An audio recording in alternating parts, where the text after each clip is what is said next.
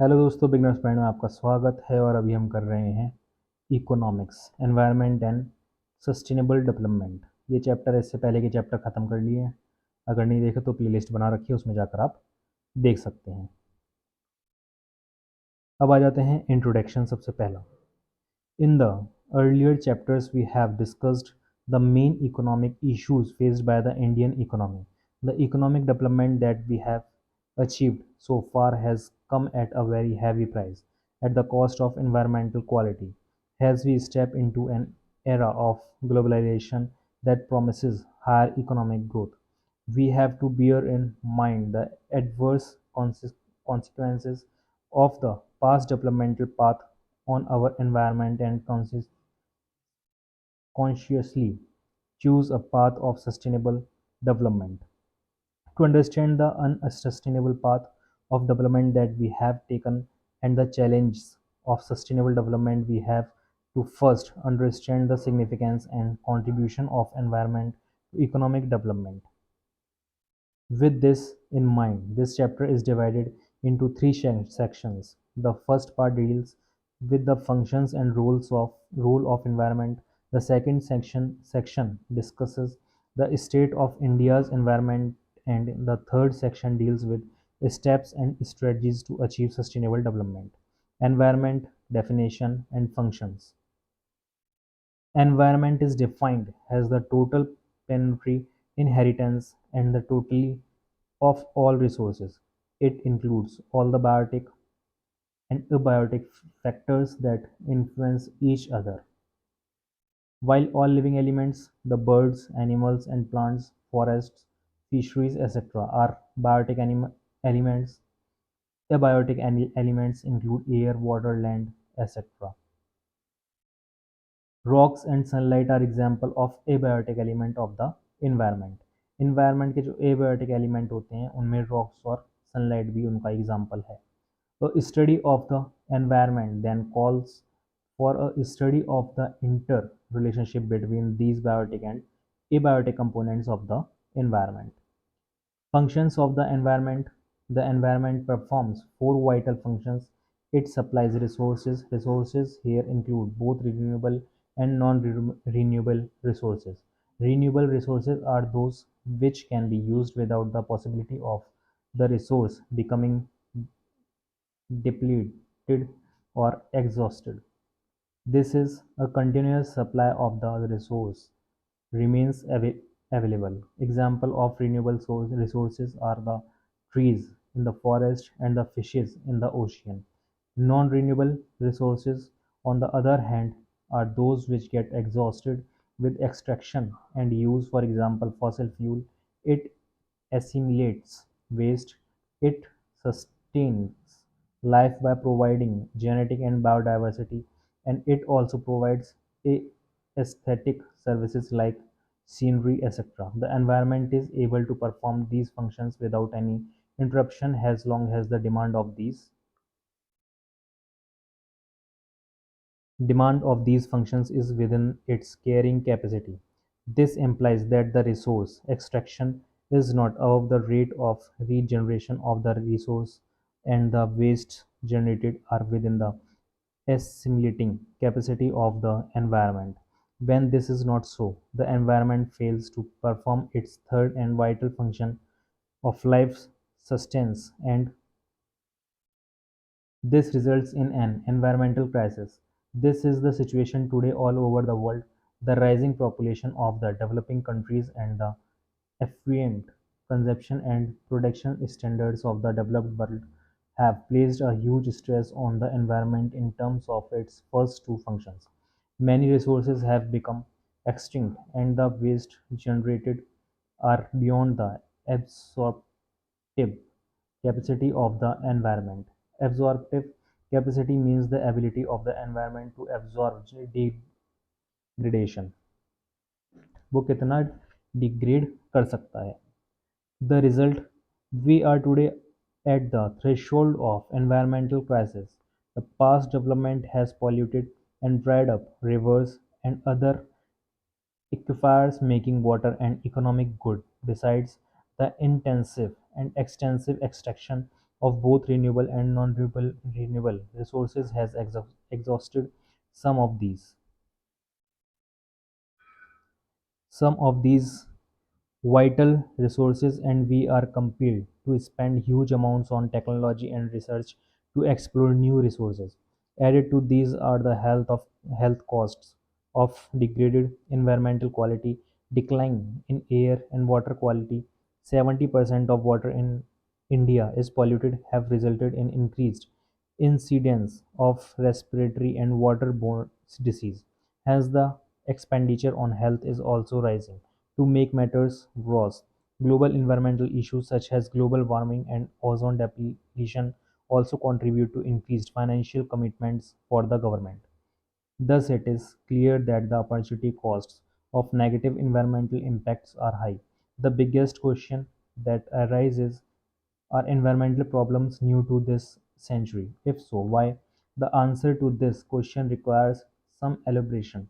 In the early days, when civilization just began, or before this phenomenal increase in population, and before countries took to industrialization, the demand for environmental resources and services was much less than their supply. This meant that population was within the absorptive capacity of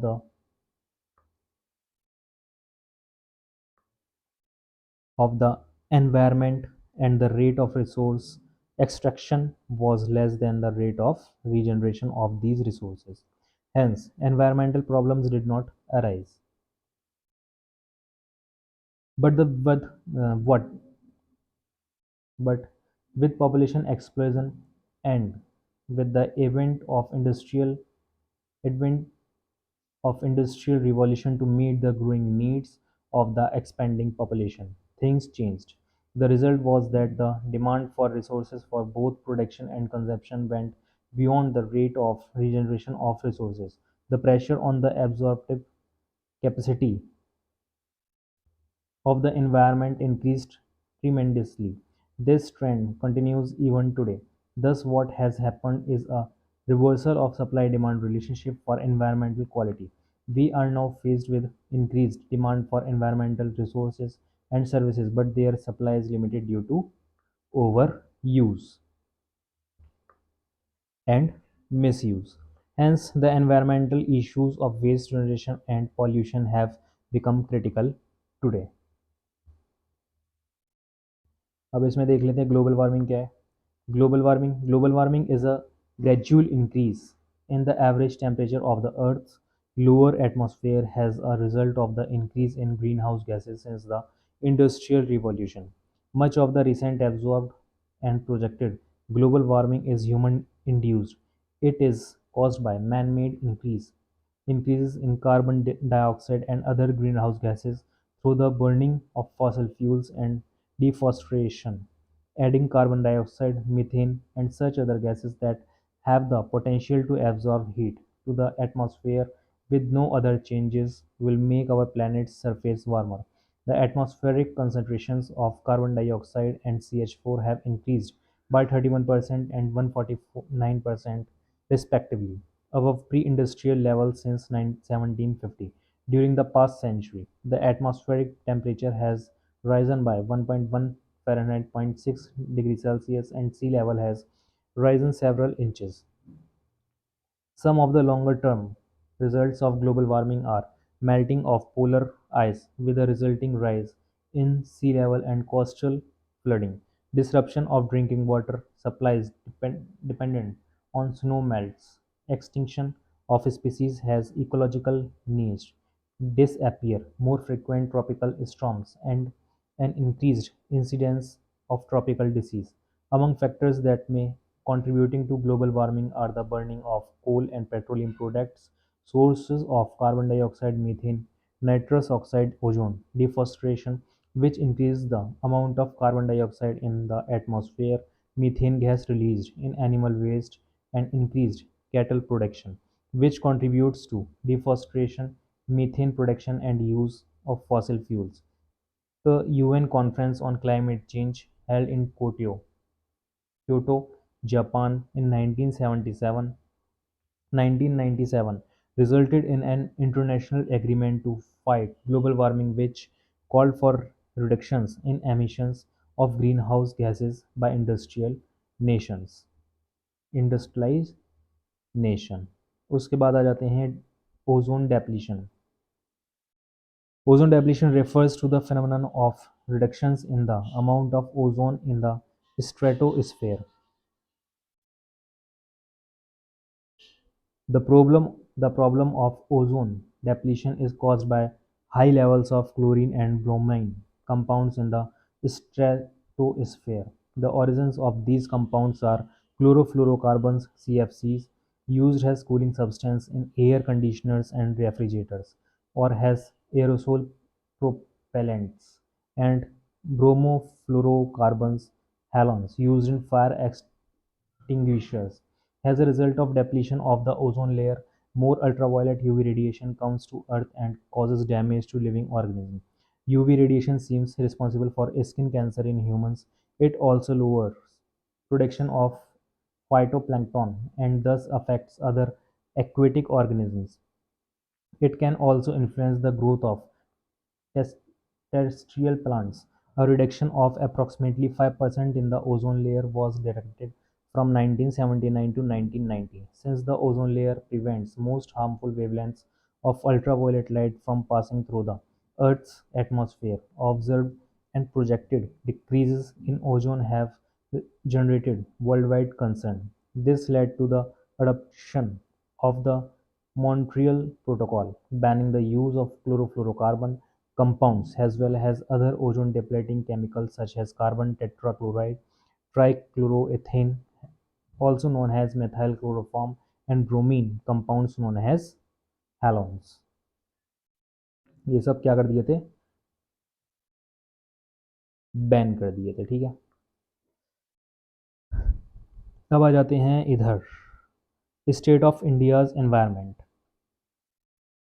India has abundant natural resources in terms of rich quality of soil, hundreds of rivers and tributaries, lush green forest, plenty of mineral deposits beneath the land surface, vast stretch of the Indian Ocean, ranges of mountains, etc. The black soil of the Deccan Plateau is particularly suitable for cultivation of cotton, leading to concentration of textile industries in this region. The Indo-Gangetic Plains, spread from the Arabian Sea to the Bay of Bengal, are one of the most fertile, intensively cultivated, and densely polluted regions in the world. India's forests, though unevenly distributed, provide green cover for a majority of its population and natural cover for its wildlife. Large deposits of iron ore, coal, and natural gas are found in the country. India accounts for nearly 8% of the world's total iron ore reserves. Bauxite, copper, chromate, diamonds, gold, lead, lignite, manganese, zinc, uranium, etc. are also available in the different parts of country. However, the developmental activities in India have resulted in pressure on its finite natural resources, besides creating impacts on human health and well-being. The threat to India's environment poses a dichotomy: threat of poverty-induced environmental degradation and at same time threat of population from affluence and a rapidly growing industrial sector. Air pollution, water contamination, soil erosion, deforestation, and wildlife extinction are some of the most pressing environmental concerns of India. The priority issues identified are land degradation, biodiversity loss, air pollution with special reference to vehicular pollution in urban cities, management of fresh water and solid waste management. Land in suffers from varying degrees and types of degradation stemming mainly from unstable use and inappropriate management practices। इसके बाद आते हैं चिपको और Appiko. What is the name? You may be aware of the Chipko movement which aimed to at which aimed at protecting forests in Himalayas. In Karnataka, a similar movement took a different name, Epico. which means to hug. On 8 September 1983, when the felling of trees was started in Salkani Forest in Sirsi district, 160 men, women and children hugged the trees and forced the woodcutters to leave. They kept vigil in the forest over the next 6 weeks. Only after the forest officials assured the volunteers that the trees will be cut scientifically and in accordance with the working plan of the district did they leave the trees. When commercial felling by contractors damaged a large number of natural forests, the idea of hugging the tree gave the people hope and confidence that they can protect the forest. On that particular incident, with the felling discontinued, the people saved 12,000 trees within months. This movement spread to many adjoining districts. Indiscriminate felling of trees for fuel wood and for industrial use has led to many environmental problems. 12 years after setting up of a paper mill in Uttar Kandra area, bamboo has been wiped out from that area. Broad-leaved trees which protected the soil from the direct onslaught of rain have been removed, the soil washed away, and bare laterite soil left behind. Now nothing grows but a weed, says a farmer. Farmers also complain that rivers and rivulets during rivers and rivulets dry up quicker, and that rainfall is becoming erratic. Disease and insects earlier unknown are now attacking the crops. Apico volunteers want the contractors and forest officials to follow certain rules and restrictions. For instance, local people should be consulted when trees are marked for felling and trees within 100 meters of a water source and on a slope of 30° or above should not be felled. Do you know that the government allocates forest lands to industries to use forest materials as industrial raw material? Even if a paper mill employs 10,000 workers and a plywood factory employs 800 people, but if they deprive the daily needs of million people, is it acceptable? What do you think?